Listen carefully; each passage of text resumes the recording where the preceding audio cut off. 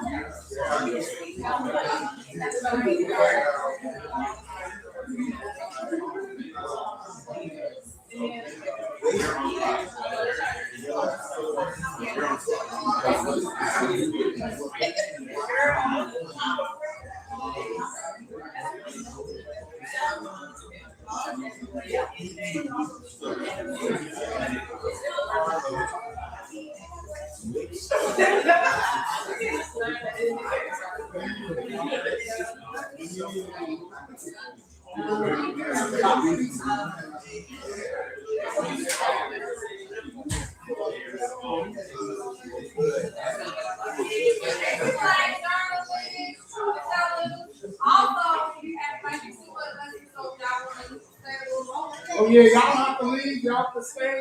We have free African history class.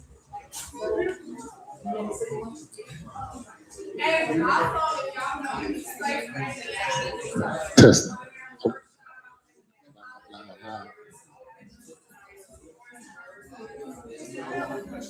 Yes.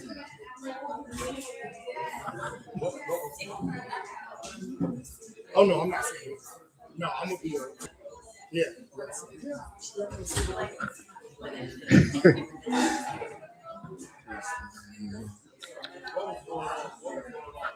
This was the National Black Journalists meeting.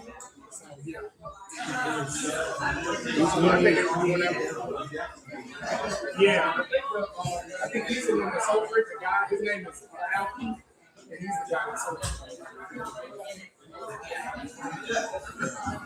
Testing 1 2, testing 1 2. All right, we about to get started. We about to get started. So let me see, make sure this working. Okay, good, good, good, good, good, good. Well, for those who are here for the African history class, thank y'all so much for being here. I guess as we, what happened? Okay. Yeah, I guess as we start to make our transition, the National Black Journalists, I know they're wrapping up uh, their meeting, and so we'll get started in a few minutes. Um, can everybody hear me? Everybody can hear me. Well, yeah, we'll get everything together. Everybody trying to do something for the community. So that's a beautiful thing. There's so many people, so many groups trying to make sure that our youth are together, and we got so many different groups. This is It's good to see so many organizations utilizing the space. You know what I mean? So good to see that. So yeah. So it's so good to see that. Definitely. Cool. And again, everybody can stay. Nobody has to leave. You know, we just transitioned into another program, but please, everybody, please stick around and see what we have going here. For those who've been here before, this is the People's African History class that we have every first and third Saturday. Because they are the schools and the not even the schools really, but mostly the politicians, many of the politicians and forms of government are trying to get rid of African history, are trying to get rid of Black history. And if they're not getting rid of it, they're watering it down, they're sanitizing it. And so we've seen that, right? We've seen that happening in the state of Florida, in the state of Texas, and many other places where folks are trying to get rid of our history. And so I came here to Cafe Resistance. I have been coming here for a minute. And I reached out to Angie Nixon and asked her if we could have African history classes here free of charge. And she was absolutely on board with it. I had went to other places, but people weren't as interested. But when I came here to Cafe Resistance, Representative Nixon was so open and was like, "Listen, I give you anything that I can to help us do this." And so we're grateful that so many different organizations are utilizing the space, and people are coming here to support us making sure that Black history stays alive in our community in the city of Jacksonville. Because at the end of the day, we can't force other people to do for us what we're not going to do for ourselves.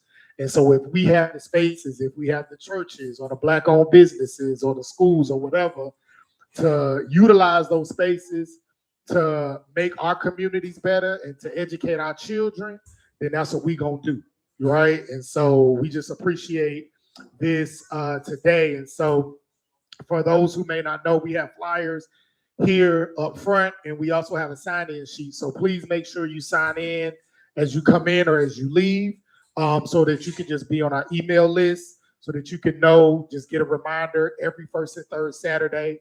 We have this African history class that we do from 1 to 3.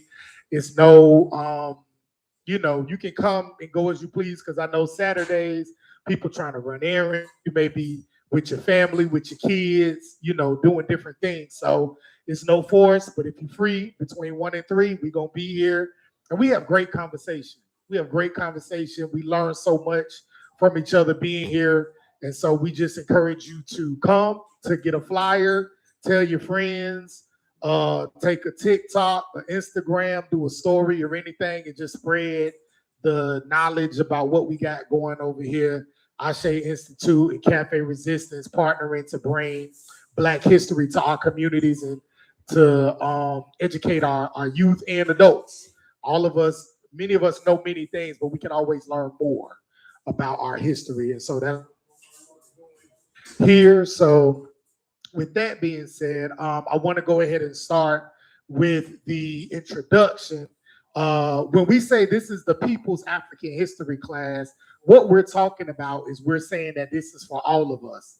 A lot of times when we have things, sometimes for Black people, sometimes it can isolate certain parts of our community, right?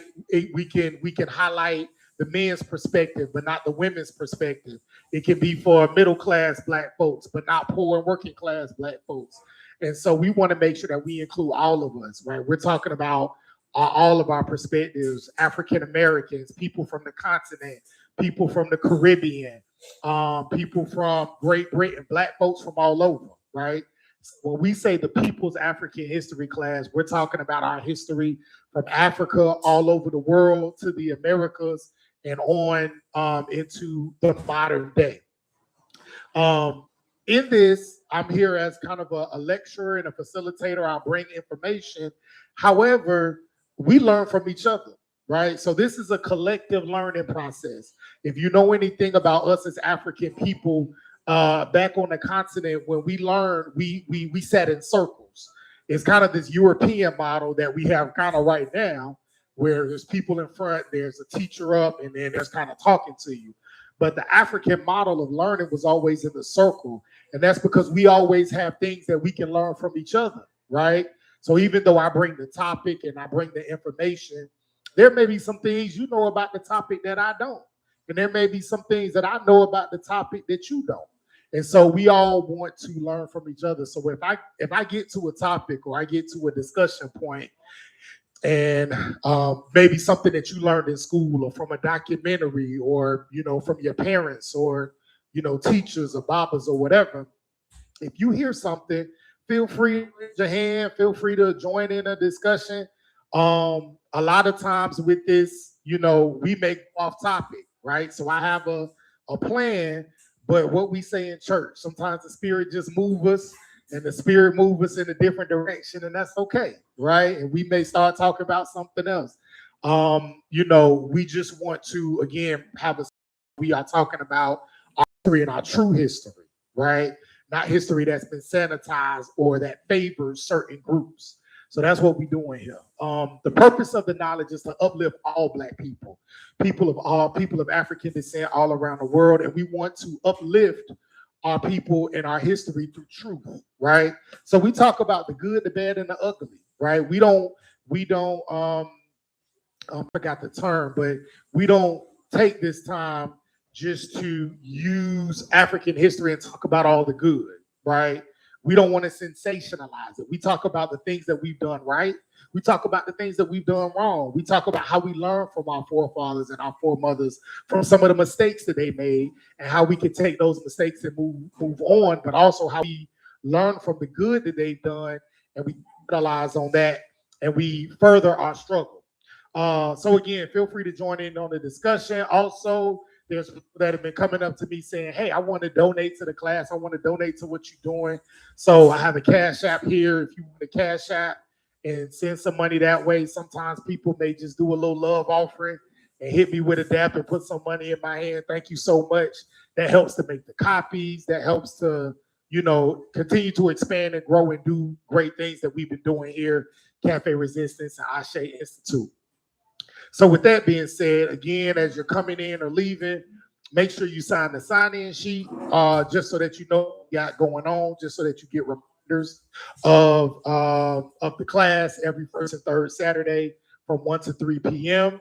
And yes, and this is only 2 hours. So sometimes I may get to a topic and then I'll move to another topic. And you might be like, well, why he didn't talk about this? Or why he didn't talk about that? I can't cover everything in 2 hours, but I try to hit what I can. But if there's something that you feel like, hey, I think we should focus on this, raise your hand, contribute to the discussion, and we'll see where the spirit takes us. So with that being said, who remembers what we talked about last time? Haiti. We talked about the Haitian Revolution, right? And why was the Haitian Revolution so significant to African history and particularly African American history? Mm. Mm. Great situation. Yeah, yeah. Universal example of what we can do when we unify, when we come together. Anybody else? What else did we learn from the Haitian Revolution? We talked about the Haitian Revolution last time. Anybody else? Who did they defeat? The French. They defeated the French, right? And why was the Haitian Revolution so significant? Because it was the first what? First successful slave revolt, right? This was the first time. Now we had slave revolts on ships where people revolted and then took the ships back to Africa. We had those situations that happened, but this was the first major, large, major successful slave revolt. And what this did was this sparked the brains of many of us here in the American South. Many of our ancestors were saying, oh, well, if the Haitians can do it, if we come together, we can do it, right? And so Haiti was just this example. And white folks in the Americas were doing their best to try to hide this story, to try to keep this story from reaching our forefathers and our foremothers, because they knew, well, if these black folks in the South learn about what these Haitians just did, they just defeated the greatest army in the world. So if they do that, then they're going to think that they have the opportunity and they can do it themselves, just like what you said. They're going to think, oh, well, if we unify, we can do the same thing, and they're going to try to take over us. So they did their best to try to quelch the story, but it didn't work. You know, we always finding out some information. Black folks going to find out some information.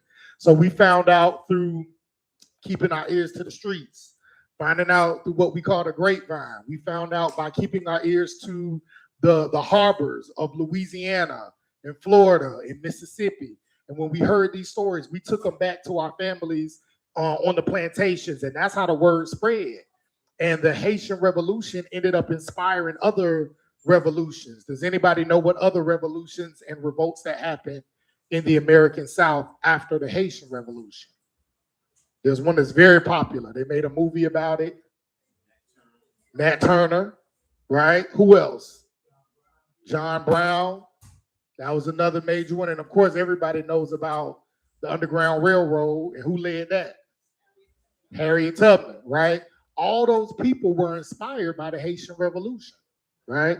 So we talked about that last time, and how to this day, Haiti continues to be a very significant part of our history, even here in the Americas, right? So talked about Toussaint Louverture. He was born into bondage in the French colony. He freed himself. He learned how to read.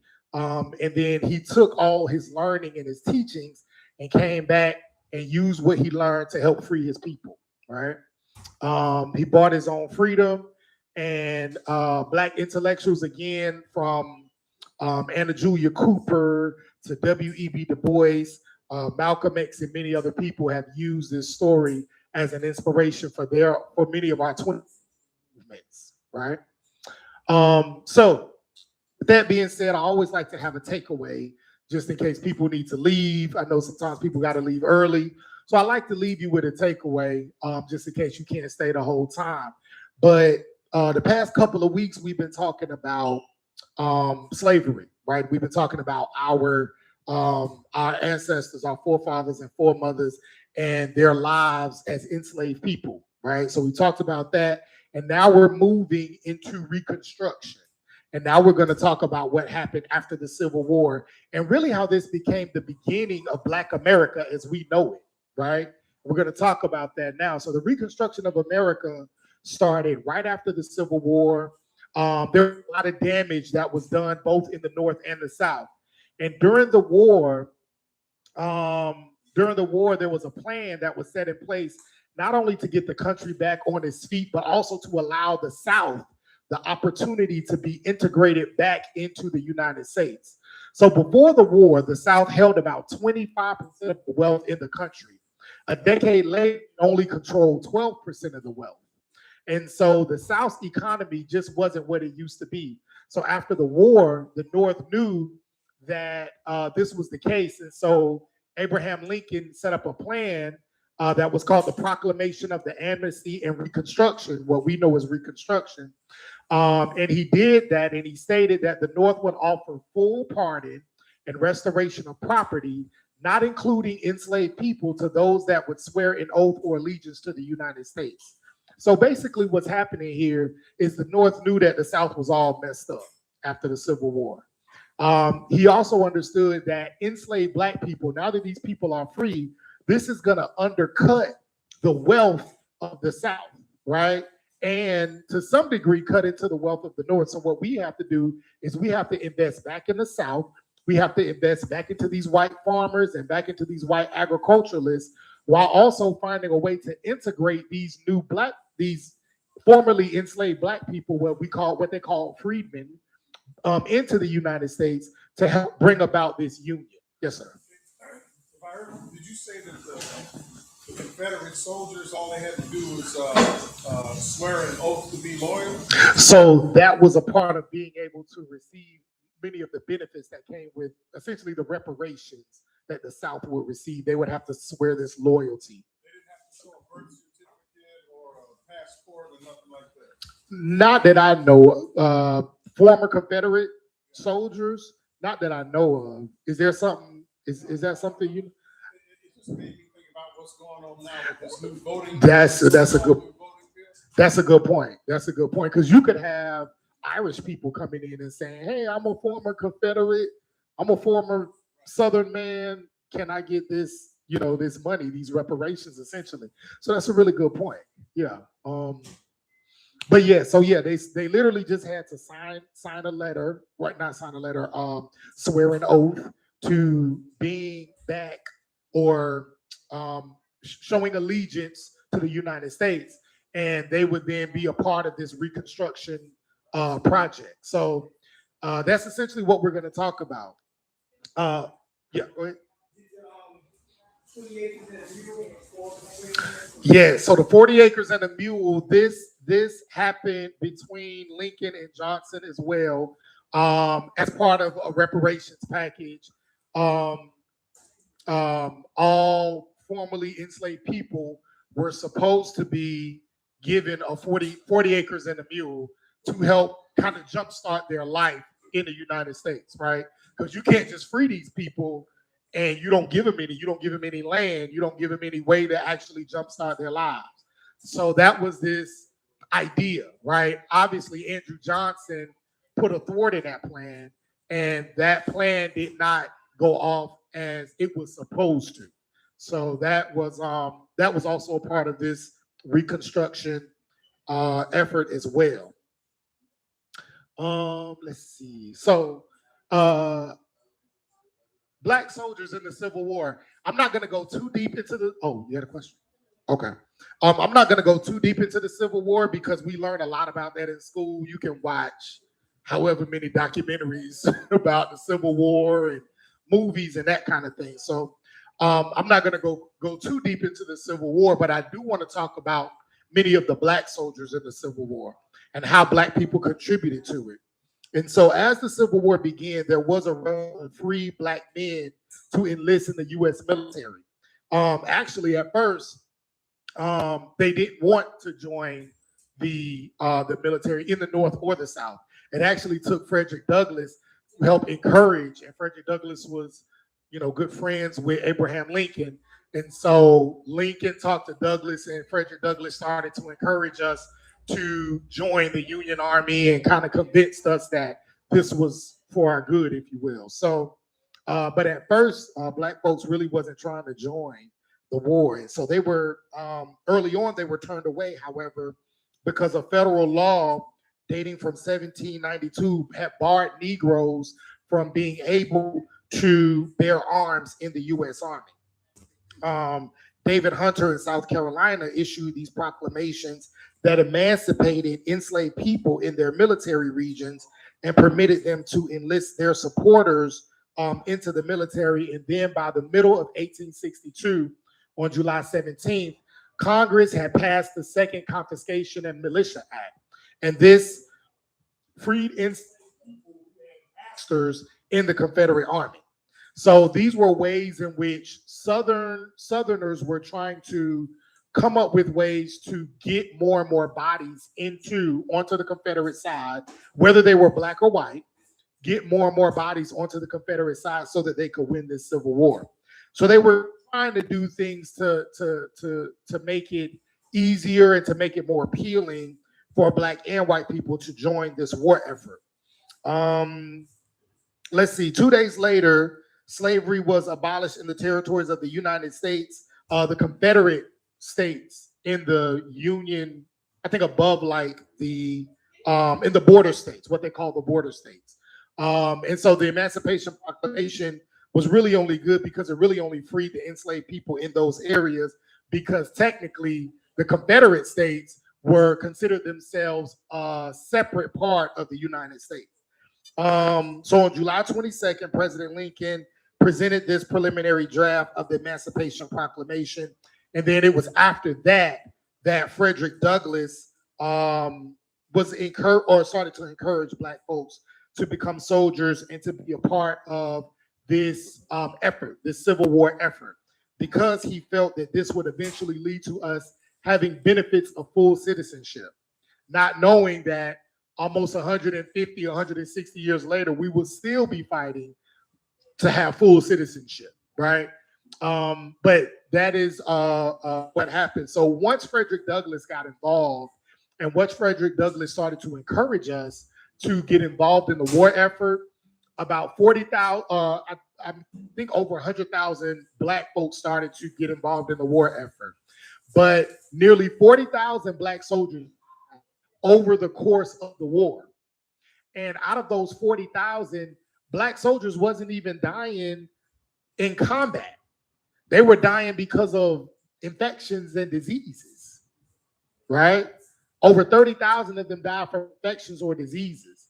So again, I think we had this conversation, this was a couple months ago, where we talked about medicine, black medicine, and how black folks on the plantations were using our skills in understanding plants and understanding the body, how we were using these skills to heal ourselves and also to heal our oppressors, right? Sometimes white folks would come to black folks.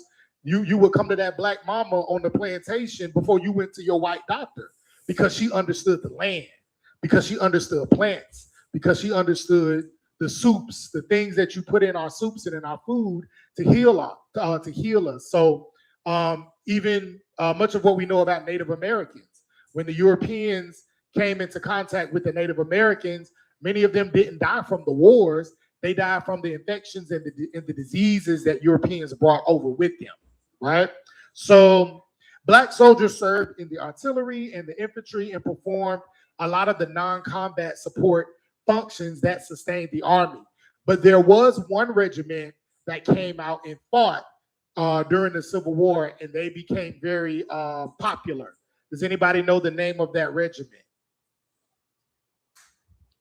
The black regiment that fought in the Civil War? No, Massachusetts, 54 of Massachusetts. Who's ever seen Glory? You ever seen the movie Denzel, when that tear came down, and he should have won the Oscar for that tear, right? Right. Glory was the movie that was made that was about the 54th Regiment, right? An all-black regiment in the Civil War, lost 2/3 of their officers and half of their troops. Let's see. Want to make sure I got everything. Okay. Black soldiers were initially paid $10 a month, from which $3 was automatically deducted for clothing. Their net pay was about $7, and white soldiers got paid $13 per month. And no clothing allowance was deducted. But in 1864, Congress granted equal pay to the colored troops as well as the white troops. So black soldiers received the same rations and supplies. And this is significant because this is the start of some type of effort that was being done by the United States to bring about a level of equality, right? To make sure that things were equal between the races, right? So this is what Reconstruction was supposed to do. And we're going to actually see, because we know that there's a difference between intention and reality. So there was this intention to start to try to make things equal, and we're going to see how that ended up coming about. All right. Let's see. So before we go straight into some of the things that happened during Reconstruction, I want to talk about just this overall timeline that occurred. So in 1865, the Civil War ends, right? Civil War ends, the Union won. We all know that story. And then Lincoln dies in 1865, shortly thereafter. And so then after Lincoln dies and Andrew Johnson becomes president, Andrew Johnson is much less of a racist than Lincoln. Not to say Lincoln was perfect. He had his own issues for sure. But but Lincoln was much less of a racist than Andrew Johnson was.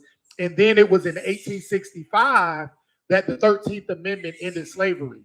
Many people believe that the Emancipation Proclamation ended slavery. Why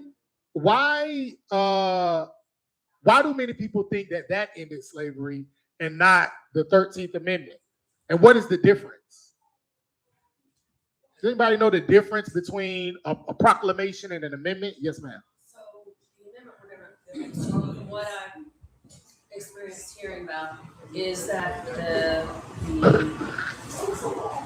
slavery ending, the proclamation wasn't until I think it was Texas that didn't hear about it. It was like, Right. oh, we're good. Until everybody there heard, okay, now we're free. So that's when it became official, supposedly. Right. The last of them didn't even get the information that we were free until June 19th, which is why we celebrate what holiday now? Why we celebrate Juneteenth as our official independence, right? So definitely plays a part. Anybody else know about the difference between these two? Right. Yes. So the proclamation is really just kind of an announcement. It's just to proclaim that this is what we're looking to do. But a proclamation is not a law, right? The United States is supposed to function off of laws and order, right? Could we now consider that an executive order for that period of time? No, so the 13th Amendment is an executive orders. Yes, that would be an example of an executive order, if you will. Yeah, that's a good. An amendment is a law, right? You have to. So this is what the Supreme Court recognizes as, okay, this is how our country functions. Technically, executive orders have no power unless people aren't brave enough to resist them, right? But yeah, you're absolutely right. So the proclamation is just an order, but you don't have to follow a proclamation. But an amendment you do. And so the 13th Amendment was the real document that so-called free Black folks, right, in the Americas. At the very least, it ended chattel slavery. So slavery could not function in the same way as it did before. Why do we challenge the notion of the 13th Amendment, though? How has the 13th Amendment now almost been overridden in American society? And how have we seen how the 13th Amendment doesn't even apply in some parts of our society? Some people try to challenge that by saying that the 13th Amendment said you're free unless you have done a crime. So, right. And Southern ex-slave holders, after the Civil War was over, said, well, okay, use that loophole to get Black people ensnared in accusations of criminal behavior, so that you could be re-incarcerated and re-enslaved as part of that, because the loophole was that you could be enslaved or without rights Mhm. or servitude if you have committed a crime. Yes, absolutely. The 13th Amendment only applies if you have not committed a crime. So, in the technical sense, slavery and free labor still exists in the United States, right? Which is why shortly after in the southern states they started to create what they call black codes. At first they were called slave codes, and then they created what they call black codes, which was these laws that black people had to follow, and if they did not, then they would be incarcerated and they would technically be put back into slavery. Some of these laws were you weren't allowed to look a white person in the eyes. When you walk past them on the street, you had to hold your head down. Even all the way up until the middle part of the 20th century, where if you were a black police officer, you were not allowed to arrest a white person, even if they were committing a crime. So there was still this distinction that happened, and this was put in place to essentially reinforce slavery just in a different form. There are two sources that I want you to look at. There's a documentary by Ava DuVernay called 13th. If you've never seen that documentary, it's a very good documentary that she did as a that was based off of the another piece called Slavery by Another Name. That's another documentary as well that basically talks about how our current incarceration process is just an extension of enslavement. And the 13th Amendment actually has not totally abolished slavery in America. And no federal law that I know of that immediately says or mandates that if you have been, no federal law that I know of that immediately mandates that if you have been incarcerated, that your voting rights are automatically restored. Mm, Yes, states' rights issue. yes. So that a lot of black people are disenfranchised Sure. by not being able to vote after having been incarcerated, which in many ways would violate the 14th Amendment. Yes. About the voting. Absolutely. Yeah. Yeah, absolutely. I think Maine, Vermont, only a couple of states have will restore rights after incarceration. But you said it's only a state's rights. It's not a federal law. I was just curious, is there any historical information on why they left slavery as a part of a prison sentence? That's a good question. I have not come across a reason why slavery is or enslavement, or if you will, forced labor, what we in the South call the chain gang, right? You probably heard of the chain gang. Why all of these things were a part of the incarceration process, I'm not sure. I think that's why even now, if you do work in prison, and over time that's kind of been abolished, because now if you do work in prison, they might pay you like 25 cents an hour, right? 30 cents an hour. So it's basically slavery, but to just so that it's not called free labor, they give you something, right? So there's something in exchange. But yeah, I mean, I think it was just another way of being able to utilize bodies, and specifically black bodies, to be able to advance the capitalist nature of this country. Oh, absolutely. I mean, and we're going to talk about this as we go more into Jim Crow, but most of our highways, most of our colleges, Brown University, University of Georgia, all of these places were built with forced labor and expanded through forced labor. Pretty much our entire American infrastructure physically was used by forced labor by black folks that broke these crazy codes, these crazy laws, right? They were out past a certain time, put in prison, put in a chain gang, and was made to build all of the highways and everything we see today.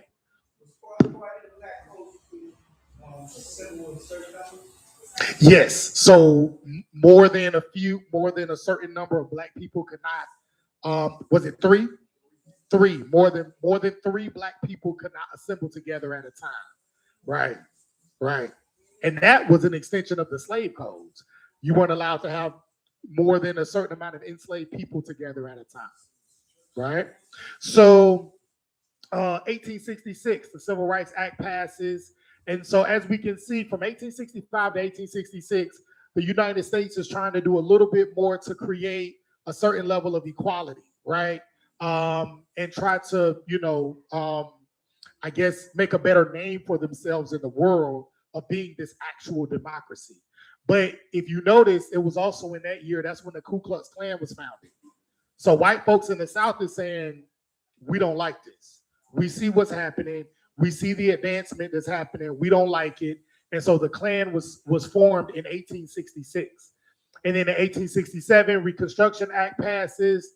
Then you have the Freedmen's Bureau that starts up. And then 1868, the 14th Amendment is ratified. We'll talk about that in a second. The 13th, 14th, and 15th Amendment. And then 1877 is the end of Reconstruction. So that's when officially this quest to try to create a level of equality and to integrate black folks into the United States, what's going on, brother? Into the United States officially ends. And then 1890s, which is what we're going to talk about next, that's when you start seeing Jim Crow laws. That's when those started to become official. And then that'll take us into the 20th century and civil rights and all of that. So we're going to talk about that next time. Yes, sir. Police systems, so we call police now, started to develop. Yes. So towards the end of the 19th century, I haven't even finished that paper, but I started a research project on policing in America, and it started in Boston. But a lot of the policing came out of early slave catchers. So early slave catchers became the foundation for what we now know as police officers. They moved north and they started to form these unions. They started to form these organizations that were then used to help maintain control. And they used a lot of those strategies. People with a lot of those same mentalities became our early police officers. Absolutely. Mm-hmm. So three important laws came out of Reconstruction that is very significant to black folks, right? If there are any amendments that are significant to us as African and African American people in this country, it's the 13th, 14th, and 15th Amendments, right? The 13th Amendment was passed in 1865. This is the one we talked about, where it says basically you're not allowed to practice slavery in the United States. We already talked about how there's this loophole if you are, unless, and right here it says it, except as a punishment for a crime, right? So we talked about that. The 14th Amendment says all persons in the United States and subject to the jurisdiction are citizens. So the 14th Amendment gave us our citizenship. So all black people, anybody who was born on American soil, if you were born here, you are a citizen, which means that you should have all of the rights of citizenship, right? So it's interesting because if the 14th Amendment gives you the right, all rights as a citizen, and one of those rights is the right to do it, the right to vote, why would you even need the 15th Amendment, which basically, again, gives all citizens the right to vote? Citizenship gave you the right to stay, then give you the right to vote. This says you are a citizen, but you have the right to stay in the country. But again, technically, you should have all of the rights of a citizen therein. And if you notice, this came about in 1870 because what they started to realize is just because we passed this 14th Amendment, white folks in the South were not abiding by this. They were still threatening, they were still lynching, they were still murdering black people who were trying to vote. So then they had to go and pass a 15th Amendment to say, okay, this also means you can't hurt people and try to kill people. Like when these black people are trying to vote, they're doing it because it's legal, right? So I just always found that amazing. But they had to pass another amendment to literally say what this amendment should have already implied. I always saw the United States now has 50 states, but I always saw it as 50. I always saw it as 50 countries. At that time, even 1865, there weren't even 35 states. I mean, so other places were territories. Yeah. And you look at like places like Hawaii and Alaska weren't states until 1959, 1960. Still with the flag of Hawaii. It's got the British Union Jack in the left corner. Weren't even states. Right. And I mean, now we still have, territory, Puerto Rico and certain part of the Virgin Islands and that, yeah. It's I just think it's very interesting to see that. And then Texas operated as a country for a couple of years, right? That's a good, well, it was a part of the Mexican territory. When it separated from For Mexico, yeah. because southern plantation owners looked at Mexico as having stopped slavery. So they annexed Texas, made a country. And Texas was annexed onto United States. United States. Yeah. I still kind of look at Texas as its own its own place. Absolutely. What was I gonna say? Oh, I can't remember. All right. So, I know what I was gonna say. So even if we jump to the 1960s, right, and the 1964 Civil Rights Act, that act is put in place again just to reinforce what this amendment again already says. So I've always thought it was interesting how we still had to fight for the right to vote, even though the 15th, really the 14th Amendment already gives us that. So this just goes to show how much resistance is constantly put in place to keep African people, African American people, people of African descent in the American South or in the Americas, keep us at bay. So just a question I want to ask: are we safe with these amendments, and how are we fighting to maintain and apply these rights to our lives today? No, we're not safe. They're already in the process of trying to overthrowing, altering language, different politics. Yeah. Anybody else?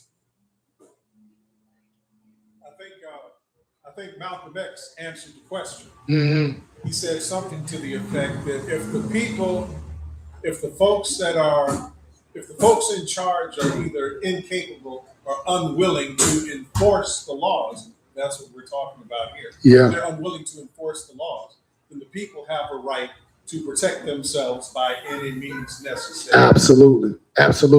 Because the laws exist for us to be able to live together, to live equally, to live safe. And if these laws are not enforced, then we have to find a way to enforce these laws by any means necessary. Absolutely. Anybody else? Any other thoughts on this? Okay. All right. So this is again important because as these laws are coming about, again, white folks in the South are not happy. They're not happy about. I didn't know this was so small. My bad. I'm gonna read this though.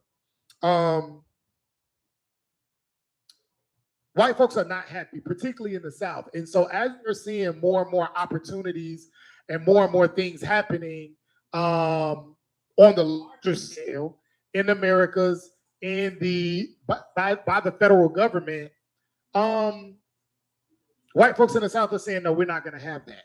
We're starting to see our lives being uprooted and what we know of as normal being uprooted. And so it was here that you start to see the rise of the Ku Klux Klan. Confederate veterans had founded the first branch of the Ku Klux Klan as a social club in Pulaski, Tennessee in 1865. So literally the same year that the Civil War and the 13th Amendment helps to abolish slavery, that same year, the Klan says, all right, we gotta switch this up. We gotta change this, right? And so the Klan starts to form, and it forms from the Greek word of kyklos or kyklos, which means circle, right? So it's this circle of people. It's the circle of men who feel that it is their place to maintain their way of life, to maintain the way life is supposed to be in the South with white expansion, with white leadership, and black suppression. And it was started, who knows the name of the man that started the Ku Klux Klan? Well, he was, you got half of it, right?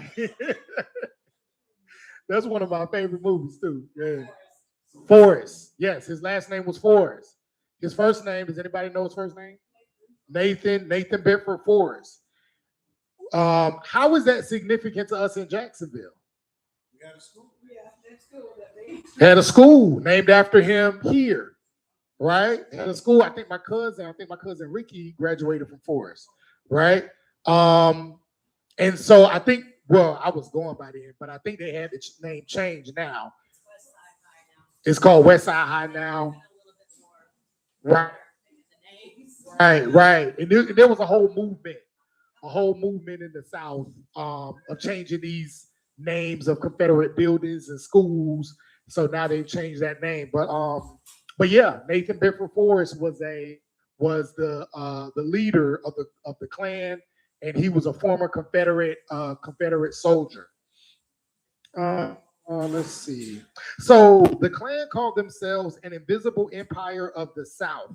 And from 1867 onward, Black participation in public life in the South became one of the most radical aspects of Reconstruction.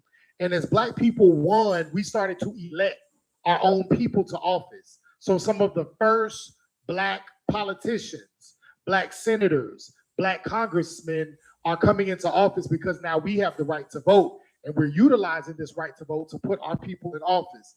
And white folks didn't like that, right? White folks, there is a saying by Dr. King. He says, in the South, white folks don't care how big you get, they care how close you get. And up north, this is when he was in Chicago, he said, in the North, white folks don't care how close you get, they care how big you get, right? And so here in the South, white folks are now starting to gain authority, starting to gain power. And they knew, man, if these Black folks get into office, they become senators, they're going to pass laws to help influence and advance the lives of their own people. And so they did their best to try to stop that. Also, the Black population in the South was huge because white folks was greedy during slavery. They didn't mind an abundance of Black people as long as they could enslave them. But now if they're looking at them as all free people, well, now their population could easily exceed ours, right? And if you give all of them the right to vote, who knows what this country is going to become? So the Klan was put in place to help quench those efforts. The Klan dedicated itself to an underground campaign of violence against Republican leaders and voters, both Black and white. And remember, when we say Republican, I want you to think about this from a historical perspective. During this time, the Republican Party was the party of Lincoln. That was the party that was supposed to be the party that promoted more equality, right? Kind of like what people see the Democratic Party as now. At that time, it was switched, and it didn't become the Democratic Party until the Southern Strategy in the 1970s. So when I say Republican, I don't want you to think Republican today. I want you to think Republican then, all right? So these Republican leaders, the Klan, chose violence against those leaders, both black and white. Let's see.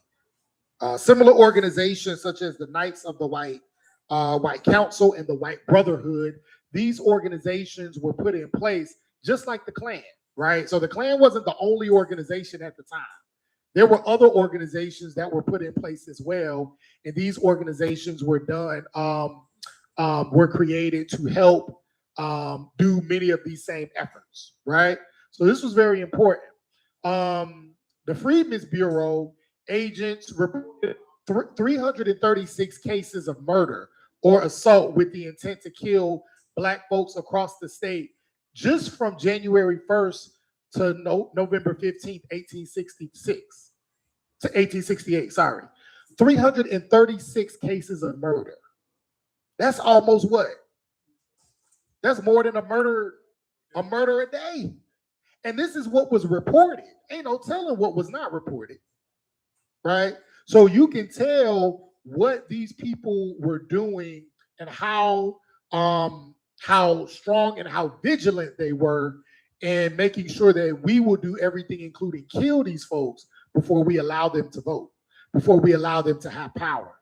And I know different people have their different views on voting, and I'm not here to tell you, I do think voting is personally, I do think voting is important, but this is just part of the history as to why voting is important and voting is significant.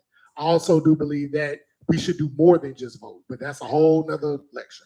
But this is what was happening to try to silence our vote and to silence the power that we have. By 1870, the Klan had branches in nearly every southern state. So there were branches of the Klan everywhere in the Midwest, in the southern states, in Florida, and even in Jacksonville. Know your history. Even right here in Jacksonville, right? I think there were reported about 8 lynchings right here in the city.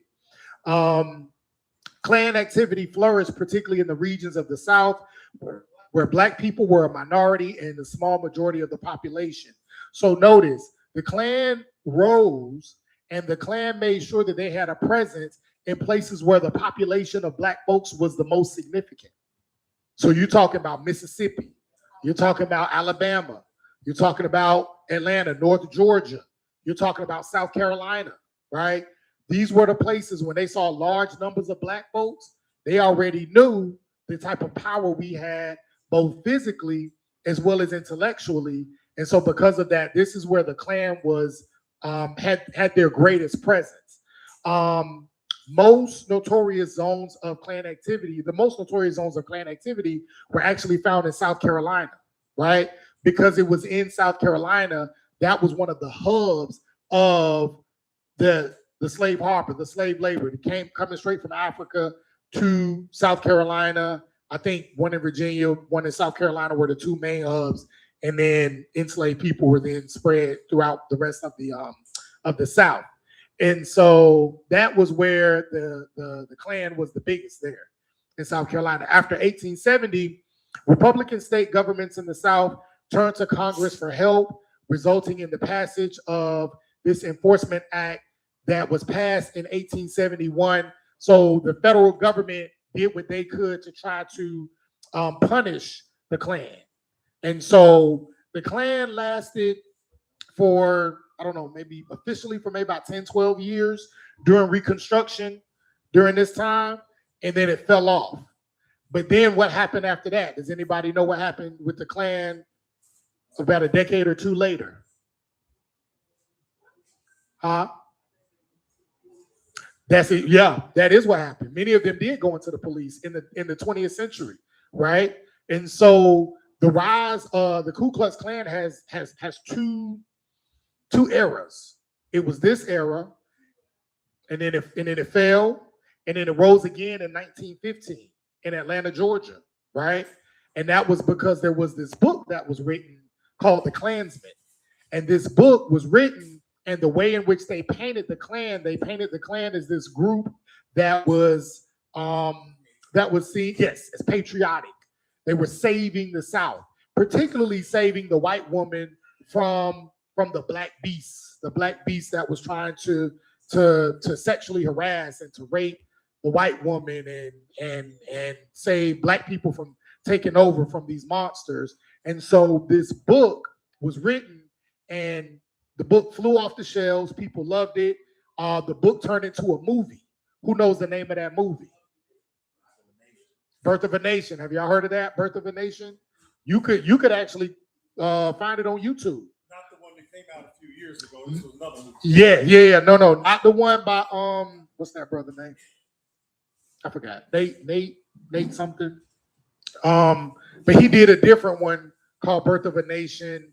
That tells the story of Nat Turner. Right, not that one. There was one that came out in 1915 in black and white folks with black makeup, black face on, going around acting like beasts. That movie was done, and it was that movie that to this day is still considered one of the highest grossing Hollywood films of all time, right? And it was that movie that helped to spark the second Ku Klux Klan movement. And that Klan movement is what many of us know today that takes us all the way into civil rights. And those were the Klan members that integrated into the police department.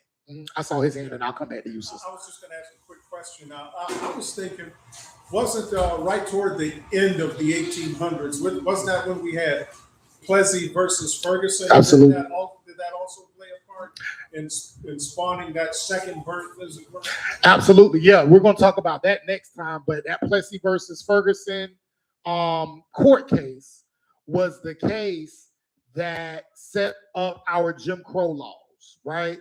So that was the case where the federal government said that, or the Supreme Court said that it was legal to provide separate but equal facilities, right? Separate facilities in the United States, as long as the facilities were equal. So you could have black schools and white schools, black train stations and black train cars and white cars, black buses and white buses. So you can have these things as long as they're equal, right? To make sure that we're still living in this democratic society. As we know, of course, they weren't equal, but they were, but that's what that was. And so that set the stage for Jim Crow, and that also gave rise to this second Klan. I saw this, so something coming in.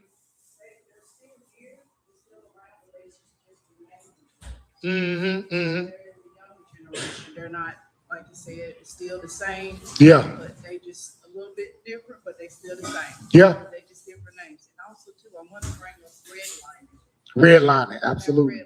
It's, separate of the places and stuff like that. Yes, ma'am. Blacks and whites head, and then want blacks on their side, and then get outside. So that's another one.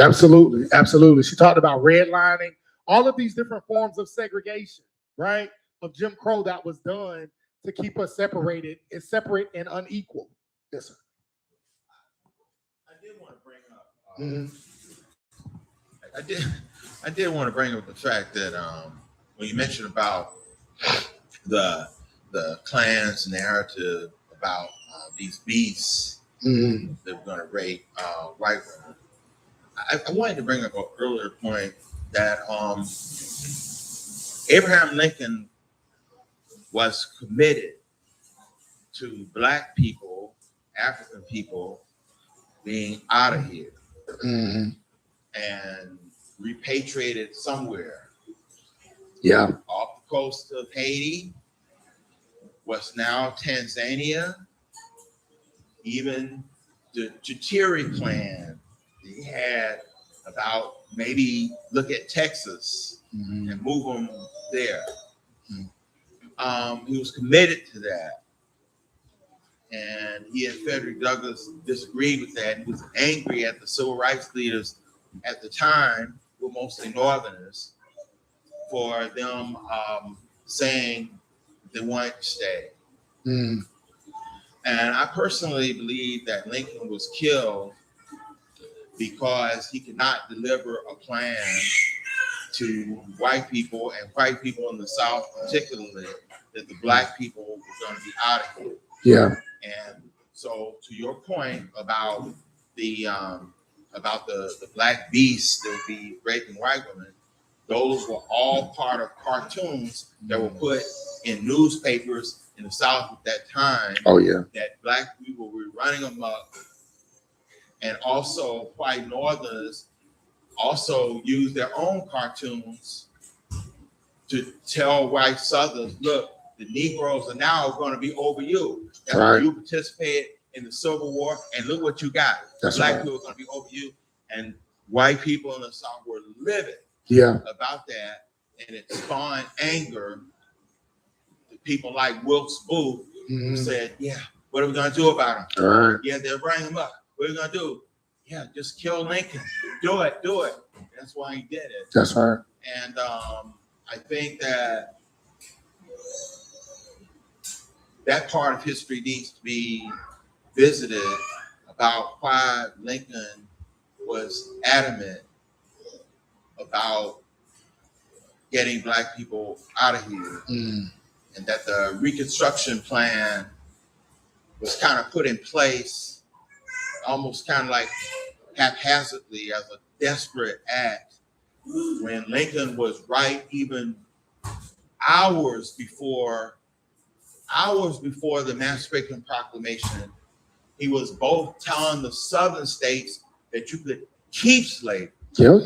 You could keep it as long as you stayed in the Union. He's staying in the And Union. at the same time, he was thinking, look, He was if I playing made both the sides. Emancipation Proclamation and I freed the black people, what's going to be done? And he was steadily trying to make plans at the same time, looking into the future, how to get black people out of here. And at the same time, if you didn't have to get into a war, how would you keep the Southern states and maybe just keep slavery? Right. And as you said, those border states never freed any black people. And I believe it was like Kentucky and Missouri, places like that. Yeah, it was like 4 of them. Absolutely. No, I think that's a very important part of this Reconstruction era, is that era or that time where Lincoln had these repatriation efforts, right? Opened up Liberia as a territory on the African continent that black people could return to, right? And some of them did, and many decided to stay here in the United States, right? So that's a very important part of this story. Let's see. Oh, okay. Another part of the Reconstruction here in the United States that I think is very important to discuss and talk about is Black wealth, right? Black wealth. Because of the Reconstruction era from 1865 to 1877, right after emancipation, many formerly enslaved people turned to entrepreneurship as a means of gaining independence, right?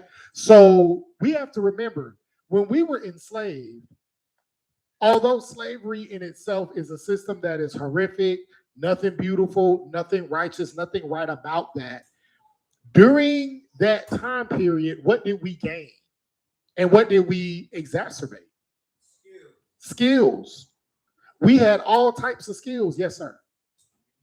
Community. Absolutely. Those are two things that you need to create wealth. You need skills and you need a market, right? Skills and a community to buy and sell. And that's exactly what we tapped into. So because we had these skills, and not only that, but because America was a racist place, we actually used that racism to our advantage. So we said, okay, we have these skills. I have the skill of being a barber, right? I'll give you an actual example. Alonzo Herndon, he had the skills of being a barber in Georgia, right? He was very good at it. And so what he would do is he opened up barbershops all over, and he would not cut black people's hair. He would only cut white folks' hair. But he would cut white folks' hair, and the white folks would come to him because they could pay him less. They wouldn't, but he was also very good, so they got better haircuts, right? So they got better haircuts for less money, and he would only cut white folks' hair to make them feel exclusive. But he would only hire black people, right? So he would hire black people, pay them fairly, and then they would take that money back to their community and they would open businesses. They would open businesses, and then Alonzo Herndon did this all over Georgia.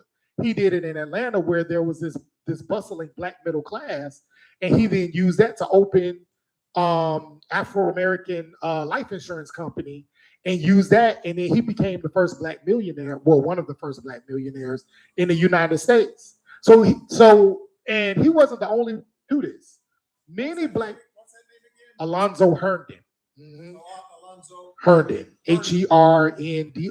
They have a whole house, Herndon House, and all of that in Georgia.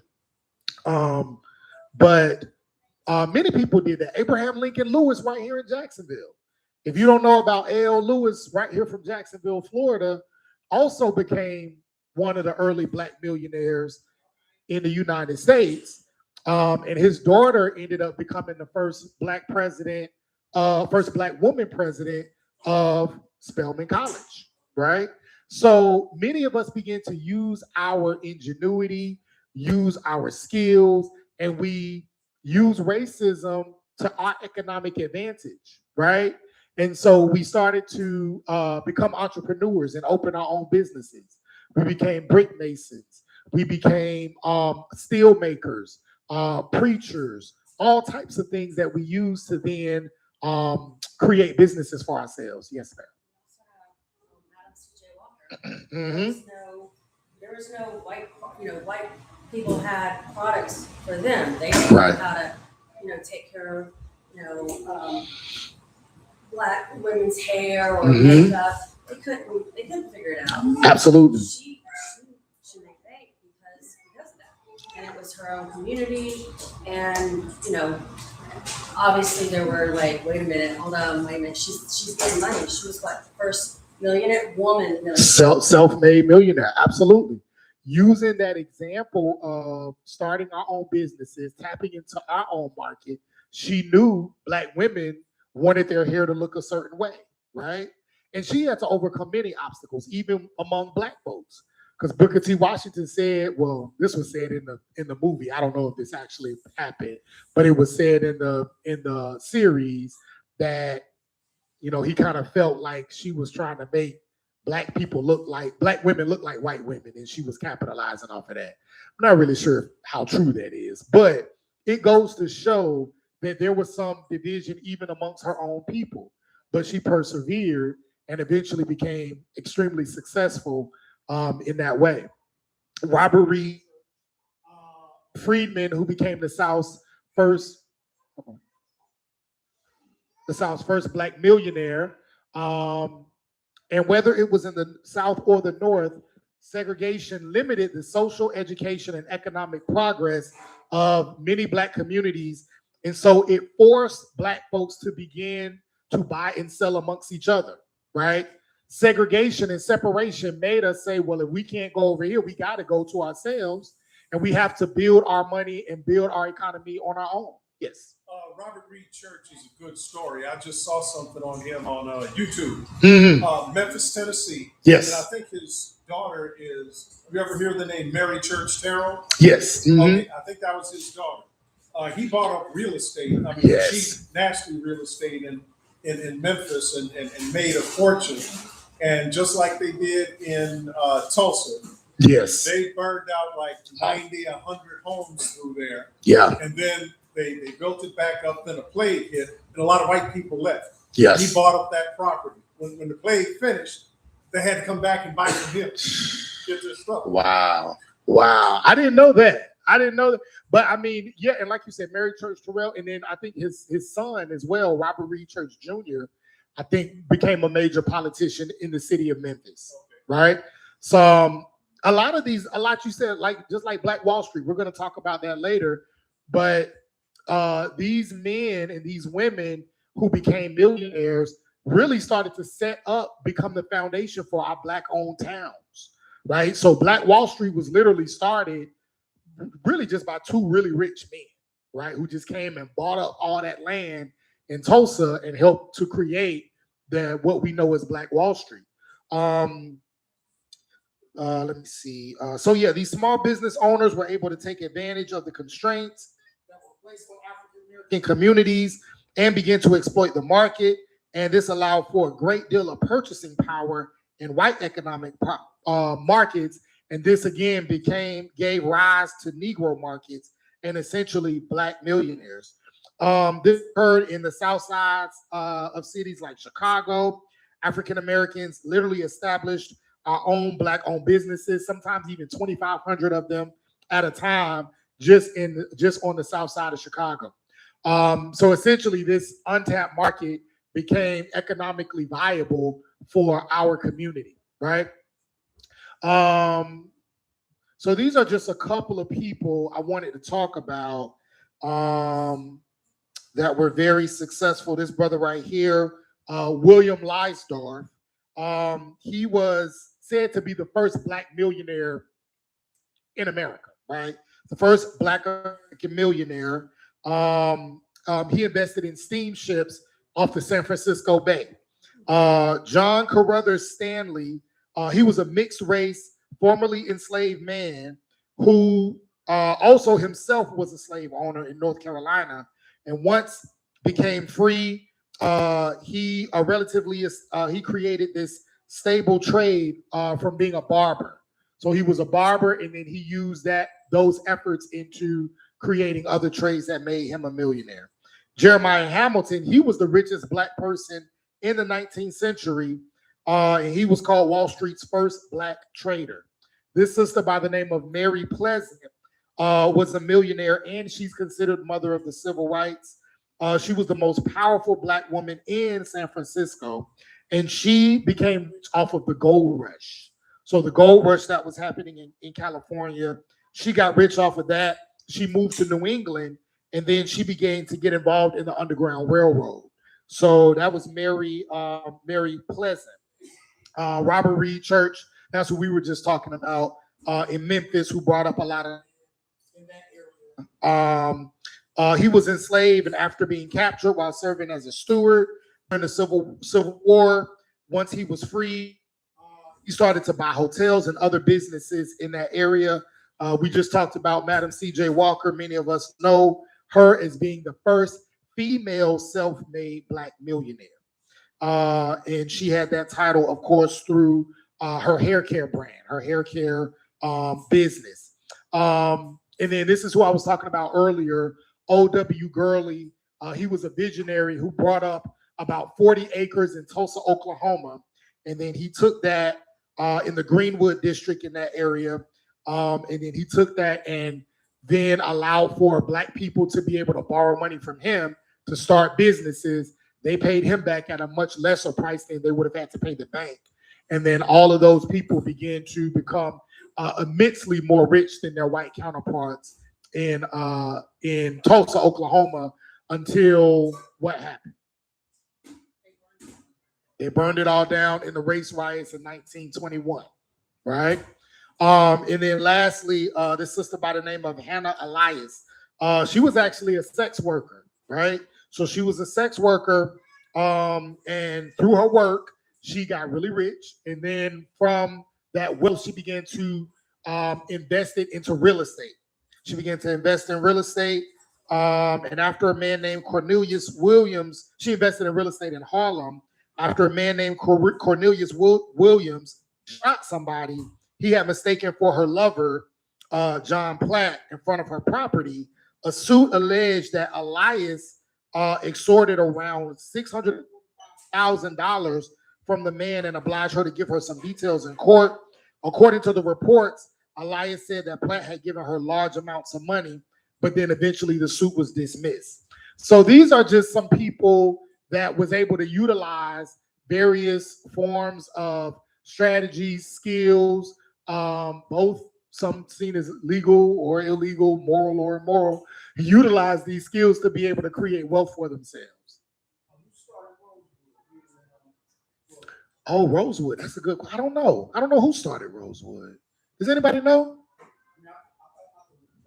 Yeah, no. That's a good one. I don't know who started Rosewood, but Rosewood, for those who may not know, was literally it was like a small Tulsa, right, in Florida, right here in Florida, and wasn't as rich, but many wealthy people, black people that were black middle class people, we lived amongst the poor and working class, and we began to we had our own right area, we had our own town, and because we were so advanced, many white folks on the other side of town got jealous, and like what happened in Memphis, like what happened in Texas, like what happened in Atlanta, Wilmington, and Tulsa, it got burnt down.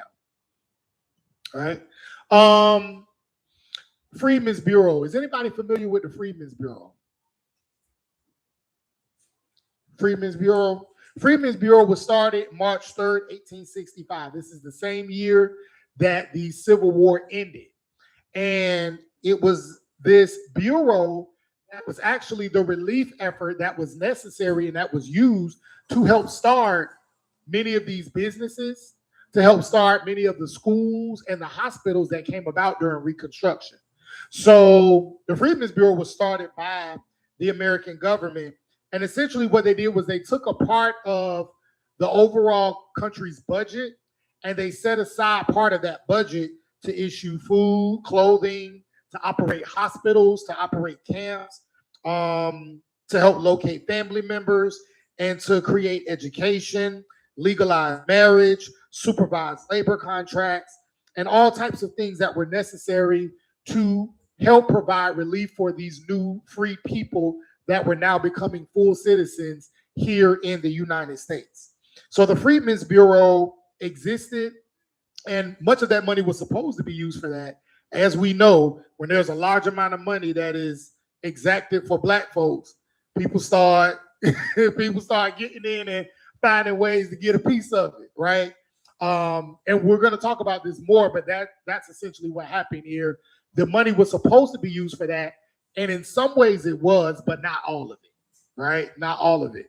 The first commissioner of the Freedmen's Bureau was a man by the name of General O.O. Howard, and Howard University was named after him.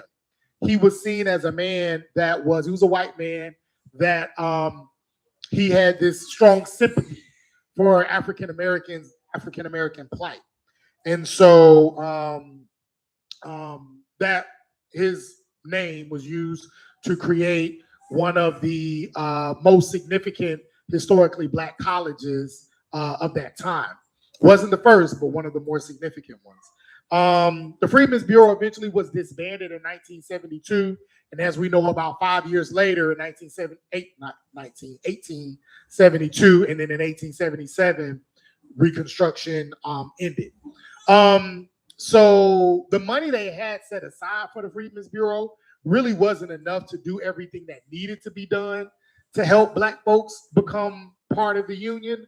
But some of it was used to establish schools. So probably the thing that was done, probably the greatest success of the Freedmen's Bureau was all the schools that were started. That's why black folks are so educated now, right? Black women being of the more highly educated group of currently. About 3,000 schools were created using the Freedmen's Bureau's money. And then, of course, historically black colleges and universities. Many of them were started by HBCUs, and we're going to talk about that in a second. So the Bureau was renewed by Congressional Bill 1866. It was vetoed by Andrew Johnson, but Congress passed it anyway. But despite the handicaps of inadequate funds and poorly trained personnel, the Bureau built hospitals, gave direct medical assistance to more than 1 million black folks, and more than 21 million rations were distributed out to black people across the country. What the Bureau did not do was it failed to bring together white people and black people in the South, and because it lacked the means to do so, it needed support from Southern and Northern politicians, but they refused to do it. Its staff was cut out, and eventually by 1872, it was eventually taken away. Again, its most notable failure was about the land itself. So part of the Freedmen's Bureau was to provide land to formerly enslaved Black people. So somebody asked about the 40 acres and a mule. It was supposed to divvy out that land, but as we know, a majority of Black people did not get that 40 acres and a mule. So it didn't do that. But one of the biggest things that the Freedmen's Bureau did do was it did provide large levels of education for Black people. Zach Hubert, a former enslaved African, said, "Get your education. It's the one thing they cannot take away from you." All right, get your education. It's the one thing they can't take away from you. But I have a discussion question: is this still true today? And what are the most important commodities for our liberation? Is this still true today? My brother here said back in the 19th century, education is the one thing they can't take away from you. Can they take our education away from us? Yes, ma'am. Mm.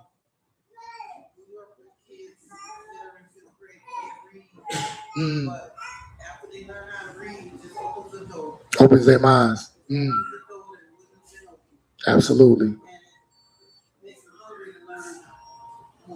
Absolutely. Yeah. Yeah. I saw your hand. I'll come here. I think when you say education, you have to be specific in this day and age, because education can mean a lot to a lot of different people. Yeah. So you gotta be specific and actually know what you want to do with your life, because unfortunately, a lot of our young people are distracted. And it's like when you ask young men, what do you want to do? You want a football player, basketball player? Because when you ask them what they want to do, answers, they have no clue. And they don't understand the concept of planning for their future. Yeah. But finding out what their skills in and at and work toward that to get a quality education to move on and make a life for themselves. Yeah. So a lot of that is blinded by the way. I say it's about 30 years. You've been a teacher for 30 years? Okay. Yeah. I'm tired and came back because there's so much technology that blinds our kids. They don't really understand AI, VR, all that kind of stuff. You're being led down what they call a rabbit hole of deception and lies and equality into this. I want to be a YouTuber. I want to, be an AI expert, but they don't understand the concept. So you have to learn along that way to keep good in those areas. Yeah. So you have to be specific and you have to have purpose for it. Absolutely. I saw your hand. They are trying to find ways of modifying intelligence. There's not Palantir. There's another one of those big intelligence corporations that work with your stuff and all that. It might be Palantir. Palantir. Yeah. I know that's owned by a Black man. I think a black guy owns Palantir. Yeah. Yeah. They were talking about how they can modify intelligence. That one day you got to buy intelligence. That way people are already working towards, like you said. They're talking to the kids, they go be a free streamer. Well, it's easy to still love it. And so that is something I've seen the CEO say. Like, they're not going to modify intelligence. Wow. To make money off. Yeah. Wow. Did you have your hand raised? Yeah. There is a significant portion for belief, I should say, that there is a connection between the schools and the prison pipeline. Oh, absolutely. I mean, if we don't get our kids good enough so that they are reading literate, math proficient, and we mold them into becoming successful adults, they're not going to make it. Yeah. Especially in this day and age where AI is prevalent and you have all of these other distractions coming in that active, influencers on Amazon, YouTube, TikTok, all of that. They're at a disadvantage if they don't have the basics. And I work with kindergartners, and they are a sacred lot to me because it starts there. Yeah. If you can't read by the time you're coming out of kindergarten into first grade, you have not met the standard according to the education system. Yeah. If you don't know the first 100 words, your first 100 sight words, if you don't know the basics of math, you know, if you can't blend and read from that blending, you're at a disadvantage. So my passion is really right there. Yeah. At the beginning. You're 5 years old, but yeah, our education system demands this of us. Oh, absolutely. Yeah, no, those early 1, 2, 3 years are so important. I thought, did you have your hand raised? Oh, okay. I was gonna piggyback off what you said. To know is good, it can't be taken away from you. But to take that knowing and put it into action, like the skill says, more power. Absolutely, yes. Not just having education, but what do you do with it? What do you do with it, right? It has to turn into something. I saw your hand and I saw your hand. There was a young man who cleaned up the yard and was in 10th grade. Mhm. And I said, well, what you gonna do? You going to school? Yeah, I'm going to play football. I said, oh, here we go. Sports. Okay, so, but he could not read, Mm. but they took him anyway. Mm. He got a scholarship for football. Mm. Today, I got 4 grandsons. 3 of them play football. If you don't keep your grades up, you Yeah. are not playing. That's right. It's a whole different thing now. So just because you want to play space sport, you still got to know how to read Yeah. and write and arithmetic. Right, absolutely. Yeah, because you can get a bad contract that can, you know what I mean, that can mess up everything after that. And now you just use for your body to make millions for other people if you don't know how to read and understand. Yes. Oh yeah, yeah. As soon as you tell something, that's it. Common saying, knowledge is power. So Mhm. you're educated and nobody can take that away from you. Yeah. But your commodity is spreading it to everybody else. And then they can, because it's not taught in school, just like you said. Right. I had, in high school, it was an elective. I took African American studies because it's not, it should have been American history, civics, all that stuff. It should have been automatic. You shouldn't have to ask to be put in that class. Right. So, and that's a long time ago. But it's not given anymore. It's taken away. You can't say, African studies, you can't do this. So this is a benefit for your community, but also for people who don't really know. And for me, I don't know everything. I still want to learn because then I can spread the word and teach other people to wake up and say, look, it's not just, okay, you can know about history, but what's happening now. Correct. All of this is just snowballing into it. And like you said, with schools or not teaching and prisons, is people are banking on nobody learn anything. They're banking on it. They're like, oh, because we can get workers, we can build this, that, and the other, privatize prisons, all of that. Yeah. They're banking on people not knowing what's going on around them. And so it's just sharing it all. That's commodity. Yeah. Absolutely. Yeah. I see your hands. So when I was growing up in high school, you had to pass gym. Didn't care if you passed one of your curriculums, like English or math. I'm like, how does that make any sense? You have to pass gym in order to pass into high school. So you didn't have to pass English or math, but you had to pass gym. Really? Wow.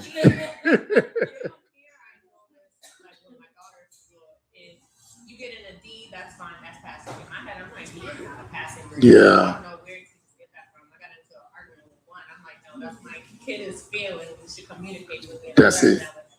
Yeah. A lot with electronic schooling, I hate that. Because I'm like, they're not like, she like, oh, you gotta write and everything to really understand what you're doing. Yeah. So I hate, ever since COVID, everything was electronic. That and just generate getting into the new age and stuff like that. I saw my niece wrote something in cursive recently, and I was like, I'm glad they still teaching cursive.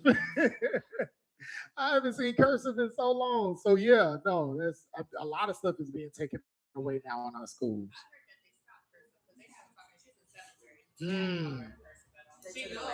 Yeah. what grade is Tari? Kindergarten. She's learning, and that's here in Florida, learning cursive in kindergarten. So yeah. Oh, private school. Yeah, yeah. Y'all can come on in. Professor, that's kind of a trick question. Okay. A trick statement. Mm-hmm. Technically, it's true. You get your education, they can't take it away from you.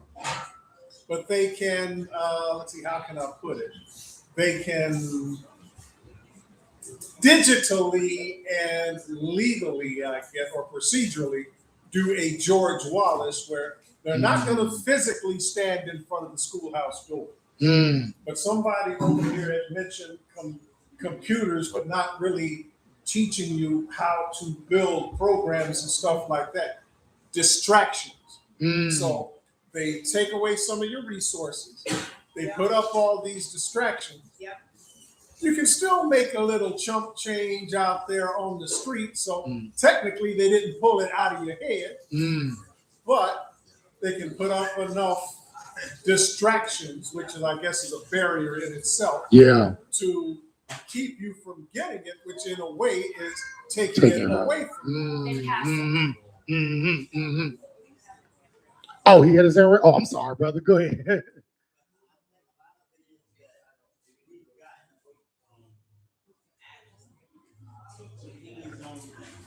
Uh-huh. Oh. Thank you. Goes outside and they play. Especially when I'm 44, so I'm from the era of on Saturdays you get kicked out of the house. And you don't come back in.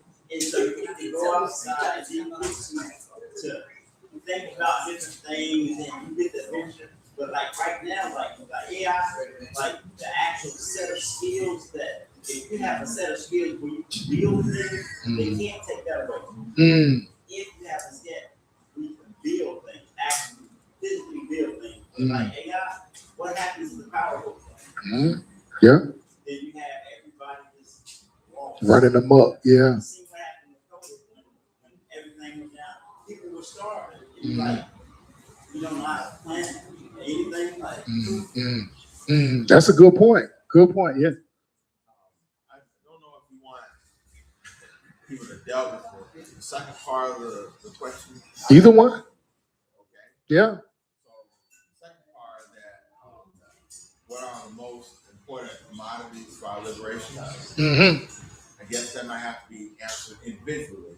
Sure. Perhaps, but I'll give my view. For me, I picked three most. One is community. Next is culture. And the third is engaging Africa on multi-levels to empower your uplift wherever you are. And I wanted to just say on the culture piece, you know that culture is a worldview of any particular people through 7 areas that sociologists kind of agree upon. And I wrote down the 7 areas: religion, social organization, ethos, economics, politics, that's the 5th one, history, and creative arts. So one is ideas about voting, political construction, economic construction, ideas about technology, and how they wish to assemble themselves for social development are all part of culture. So to me, those 3 things that I mentioned for me are the most important commodities for our liberation. Yeah. And I also want to say, I want to feedback on what the gentleman was saying. We talked about being able to do things hands-on. I don't know whether you, Professor, I don't know whether you're going to get into this, but in terms of the HBCU colleges, what Booker T. Washington had in mind, but we can separate historically Black colleges, I believe, maybe to talk on this, into two different categories. One was the so-called liberal arts colleges, Right. and the other being the land grant schools that Tuskegee model Normal was the schools. predecessor of. So any of these schools, Florida A&M, Northland A&M, Prairie A&M, Statesville Agricultural Technical, Right. and even South Carolina State. South Carolina State, that was used to be named South Carolina Agricultural, Industrial, and Mechanical University. They took out all the others. Right. Letters, for whatever reason. But those schools in the agricultural sense were supposed to give us the hands-on stuff to be able to build a society for ourselves. It was that the African people decided to stay. This idea about this Reconstruction and having this parallel, as you talk about, parallel societies, separate though unequal, to have these schools that would allow Black people to create infrastructure for themselves. I think it has to be talked about in this day. Yeah.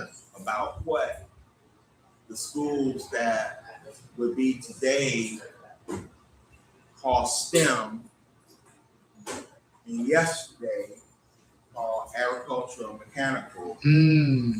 That's a good point. Would be today. And I think that Booker T. Washington is writing, people don't even realize that he wrote like 25 volumes of information. You don't think about him writing, and that the spat that was between him and W.E.B. Du Bois, W.E.B. Du Bois actually worked for a while at Tuskegee. His fights were not with Booker T. Washington about the ideology. He should like the fact that Booker T. Washington's voice was most powerful, and that even both of them were not contemporaries. Booker T. Washington was far older than W.E.B. Du Bois, but that what would be the manifestation of these types of schools that would lift Black people, and that Booker T. Washington, a book written by a Tuskegee graduate, Tyreen Wright. I don't know if anybody heard of her. Tyreen Wright wrote a book called Booker T. Washington, the Making of a Pan-Africanist. He pointed out that Booker T. Washington wrote 25 volumes of information on Black people's struggle and the integration of business and technology at the time, and that Booker T. Washington carved out newspaper writings from all papers in the United States that had mentioned. He took articles from every paper in the United States, compiled them in books, and his ideas were that Black people could assemble our business ideas and get economically solvent. Yeah. That we would have enough leverage to be able to take our fight against white supremacy, white people in this society, and what our rights should be to Washington, D.C., using all that we had amassed about the cruelties done against African people, but we had an economic base to be able to back it up. And if people mistake the idea about Booker T. Washington being an accommodationist nonsense. He was talking about Black people building a nation for themselves, and he also worked with African countries at the time to have people from African countries to come to Tuskegee and learn so they could create agrarian independence in African societies, and let Tuskegee be an instrument for being able to do that. Yeah, that's a good point. The normal schools of the past being a model for STEM schools and creating those STEM universities, Black ones, for the future. That's a good point. I never thought about that. Is that piggyback on gentlemen, and even she quietly said like trade schools. So yes, there's distractions. You can learn, all you want to, but the distractions is buy a new car, buy this, buy that, the luxuries. Which kids in general are like, oh, I want that, I want that. But there's not a lot here that I'm aware of financial literacy classes. Mm, And some of them that are there, you have to pay for, which kind of right. So, yeah. Free literacy. I don't know if Cafe Resistance is planning on doing any of that, but that helps out. Oh, absolutely. Because it tells you you can make all this money, but what you're going to do with it? You're going to spend it, or you're going to invest. Invest in your community. Invest in more businesses. Invest in this. Invest in that. So you may have that knowledge, but you have to build for your family, your community, everything. Yeah. So I don't, like I said, it's kind of like a say and then a question whether or not they are intending to do it. Or we should do it more in Jacksonville and stuff. Oh, yeah. Financial literacy. Absolutely. A strong foundation. Yes, ma'am.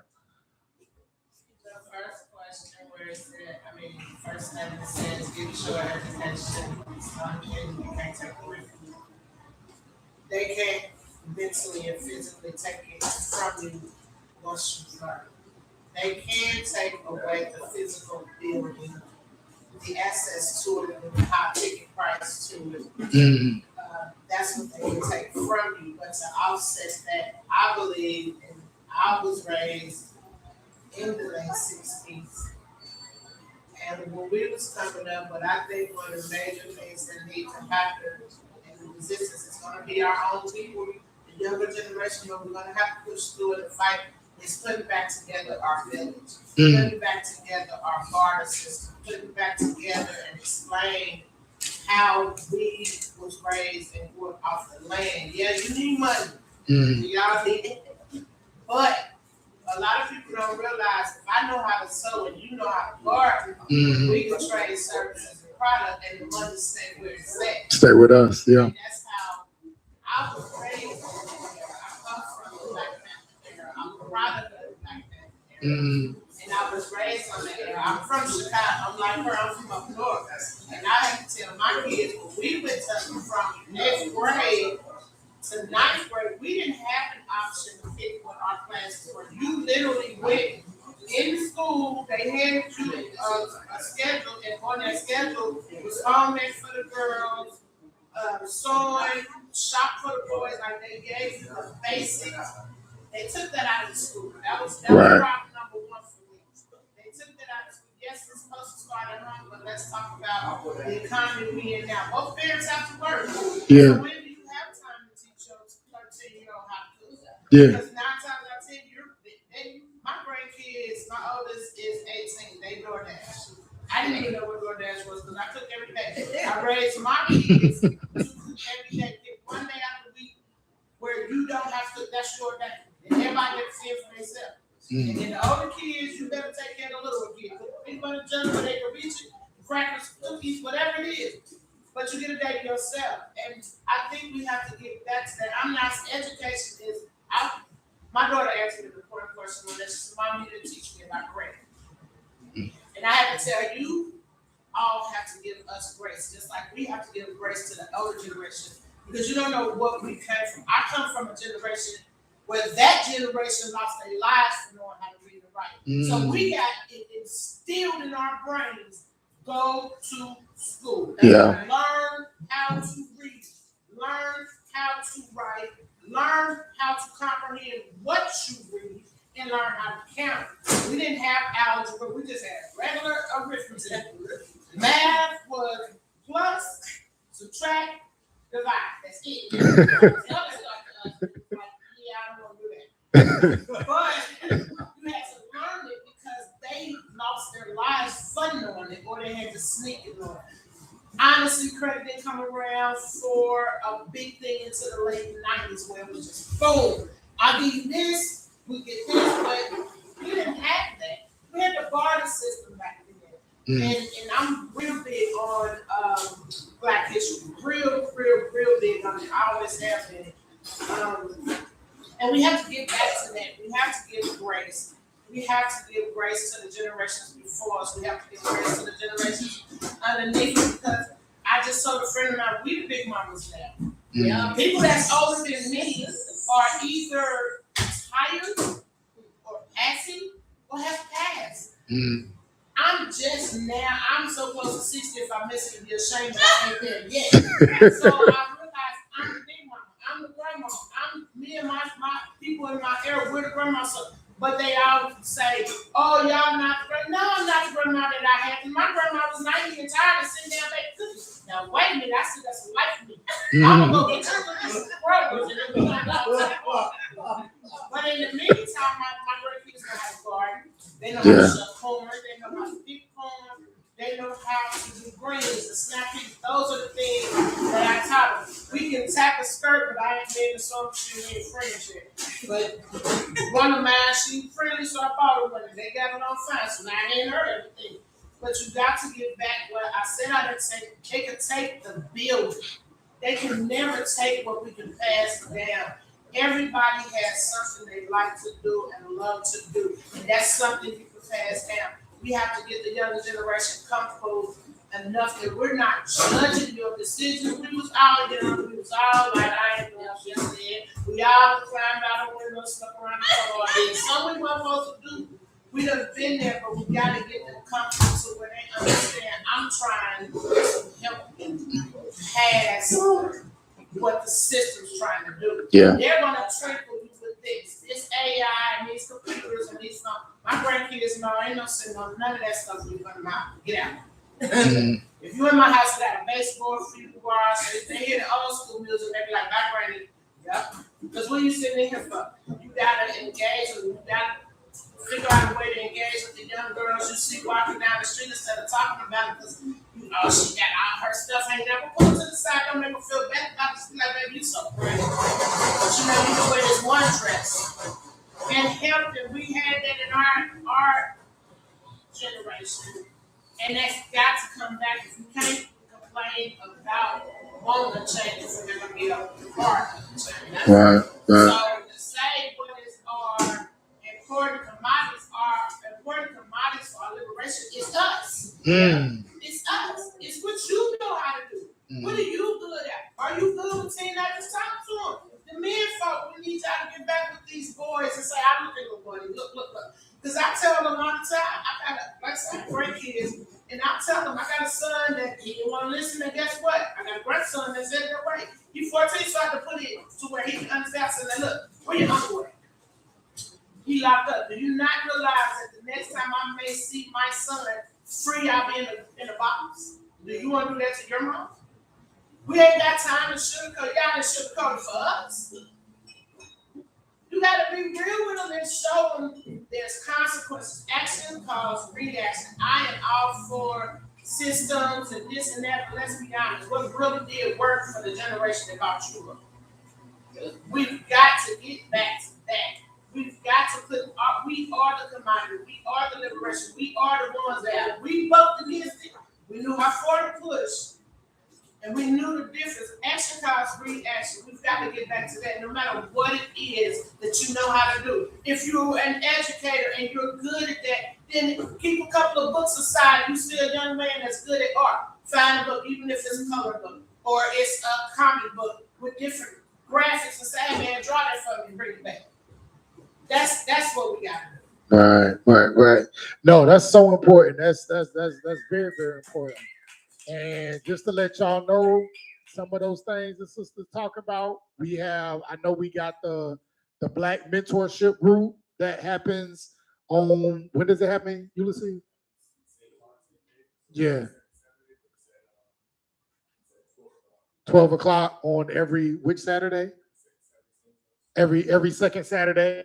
12 o'clock, they have a Black male mentorship group. So if you have a son or nephew or whatever, find out about that. We got ways in which we are, like you said, our most important commodity is us, right? And at our parents for what many of them did the best they could do. They taught us what they knew or what they thought was right. And when we learn things, we teach them to our kids, and hopefully they'll learn things we didn't know, and then they'll teach it to their kids. So we just got to do the best that we can. Yeah.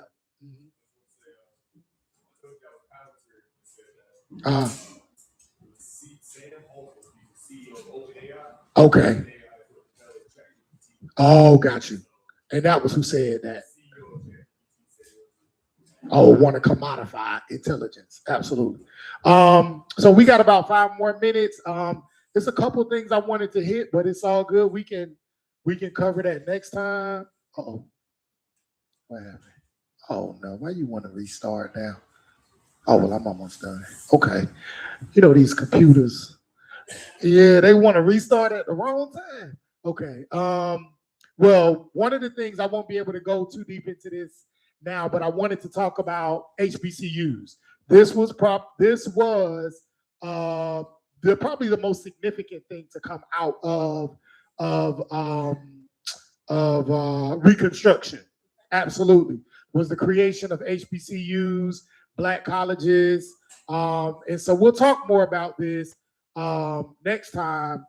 But kind of wanted to, I guess, again, just kind of go into how these HBCUs were constructed. One of its greatest accomplishment of Reconstruction was historically Black colleges and institutions.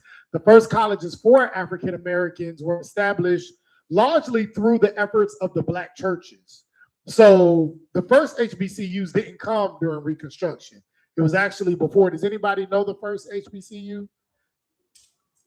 Lincoln University in 1854. Oh no, yeah, no, it was one before that. Cheney University. Cheney University in 1837. Before the Civil War ended, the HBCUs were in the North. So Cheney, District of Columbia, Lincoln University, Wilberforce University. I think that's where Du Bois's first job was, at Wilberforce. And then after the Civil War, in the creation of the Freedmen's Bureau, a lot of money was given to states. If the states would designate a certain amount of land for African American education, they would get this money. And so, of course, the Southern states was like, cool, we'll educate them if you're going to pay us. And so that's when the HBCU started popping up all over the South. And so these schools and others like them, like you were saying, they trained the lion's shares of our nation, particularly Black folks, right? Providing skills, like we said, brick mason skills, cooking, sewing, all types of skills, normal skills, agricultural, mechanical, universities that they were, in addition to training them in the professional setting of being teachers and dentists, lawyers, doctors as well. John Chavis was the first recorded Black student to attend college, enrolling at Washington and Lee University in 1799, right? So this was still in the 18th century where the first Black student actually attended college. And this kind of sets the stage for Black education all throughout. And so anybody in here either went to an HBCU or know somebody that went to an HBCU, connected to somewhere affiliated, okay? So HBCUs are extremely significant, right? Extremely significant in the Black community because it is still predominantly Black colleges that definitely at this time, provided almost all of the education for our community. And even though now many of us have the opportunity to go to predominantly white institutions, it still educates a large number of our communities. Many of our doctors, our nurses, lawyers, our teachers, many of the professionals that maintain very significant parts in jobs and occupations in our community come from historically Black colleges. And so it's very, very important. And that was one of the mainstays of the Reconstruction era. Would you please, on the next go round, could you kindly continue, I think, with the HBCUs? Yeah. And the reason why I asked that question is I saw where you put up Second Morrow Act. Yeah, Second Morrow Act. That created the land grant, mostly agricultural, technical, mechanical, Black colleges. Mm-hmm. But the first Morrow Act was the one that created the white ones. Mm-hmm. Mm-hmm. And the white land grant agricultural type schools.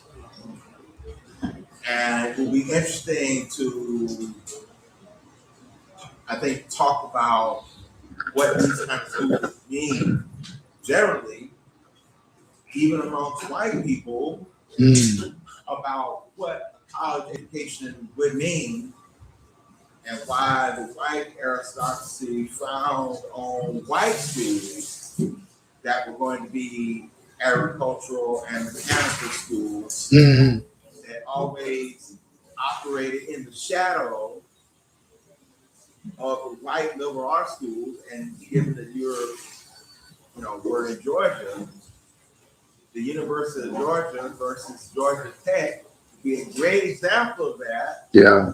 As the University of Georgia is an 18th century school, Mm-hmm. and Georgia Tech coming about was laughed at. Yeah. Like other white schools that were agricultural schools, as schools that gave degrees, for God's sakes, in milking cows Mm-hmm. and turning wrenches and pipes. And that's how the schism between these different kinds of institutions about what it meant to be liberal arts, Right. and what it meant to be A normal school. came about, and the rivalries between schools came about because of that. So Georgia and Georgia Tech, it's like we have rivals between Florida A&M and Cookman. Right. Usually rivals between schools that were separated in the historical about liberal arts versus mechanical. Yeah, that's a good point. We're gonna discuss this. We're gonna start the next session talking about this, and then we're gonna end Reconstruction, and then we're gonna go into talking about Jim Crow and talking about our history going into the 20th century, which again sets us up for Tulsa, the Garvey movement, Harlem Renaissance, and all of those things that we're gonna get into in the next couple of sessions. So thank you all so much. Again, if you want to, we gotta talk about sharecropping. So much we gotta go into. But these are a couple of sources I like, so that you can take a picture and do this research for yourself. Again, if you want to donate to what we're doing, you can do that as well. Make sure on your way out you sign the sign-in sheet so you can get reminded of what we're doing here at Ashe Institute at Cafe Resistance, the People's African History class. You can get reminded and you can spread the information. Make sure you follow us on YouTube and on Instagram. So if you can't be here, we do have a live. Here you can join our live, and on the live you can, listen to what we're doing here. So thank you all for coming. I appreciate y'all, and y'all get home safe.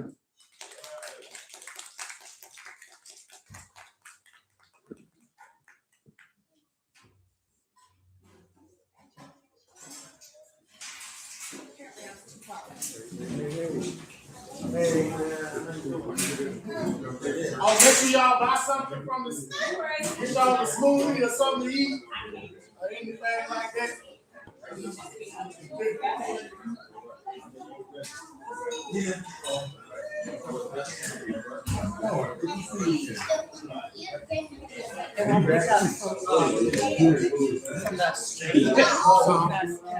Oh yeah. Because it won't take a picture of this screen. Oh man, see, it does it just fine that way. It may not on the screen itself.